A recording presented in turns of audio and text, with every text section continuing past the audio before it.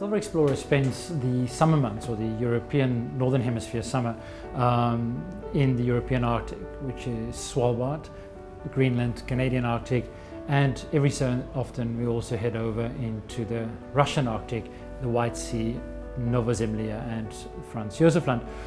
We spend a considerable amount of our summer operating around Svalbard, and it is an incredible destination. The main reason for us going to Svalbard, of course, is looking for polar bears.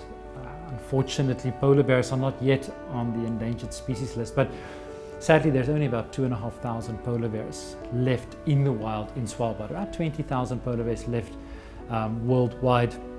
It really isn't a zoo. It's a huge area in the archipelago, and we spend all our time looking for the bears. And that's why it's so good to have a ship like Silver Explorer with the ice class, because the ice class allows us to go into the ice and look for the polar bears. That's where you find them, and if you don't find ice, you're not going to find the polar bears, because the animals that they feed on, the seals, do live on the ice. So it is really important. You can see how this is all connected. No ice, no bears. It's really a vicious circle. It would be wrong to create an expectation of hundreds of polar bears on an expedition, but we do go out and look for them, and our expedition leaders do have all the skills, and our ship is equipped to go into the ice, and our captains understand what it takes to approach these animals when we do encounter them. Nothing can explain the feeling that you have when you see your first, second, third or fifth polar bear for the expedition. Our guests will come out onto the deck. We open the bow of the ship, the forecastle, and we will slowly and steadily get closer and closer. We will never pursue the bear. That's not what you want to do. But bears are curious, and they will quite often come closer to the ship, and we will stop the ship and gently drift into the ice, and the bears will just come slowly up to the ship, closer and closer, and it's an incredible feeling.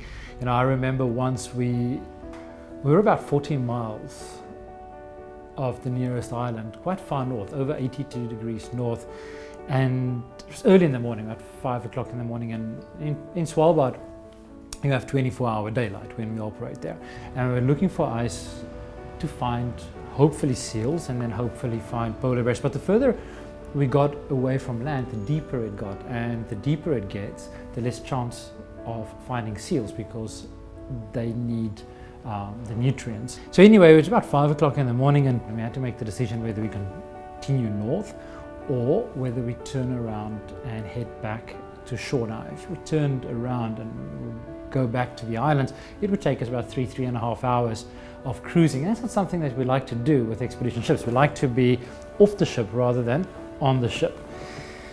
So anyway, we made the decision, and it was just before we turned the ship around. One of our bear guards, because when we were in the Arctic, we employ additional staff as bear spotters and bear guards, and one of the bear guards called out a polar bear. So we spotted this bear, and we immediately realized it was a mother with some cubs.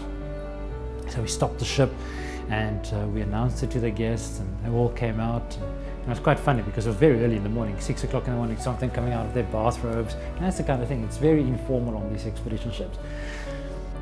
But what happened next is something that I've never seen before. These two cubs got up from the ice floe where they were on and followed their mother and came all the way to the ship.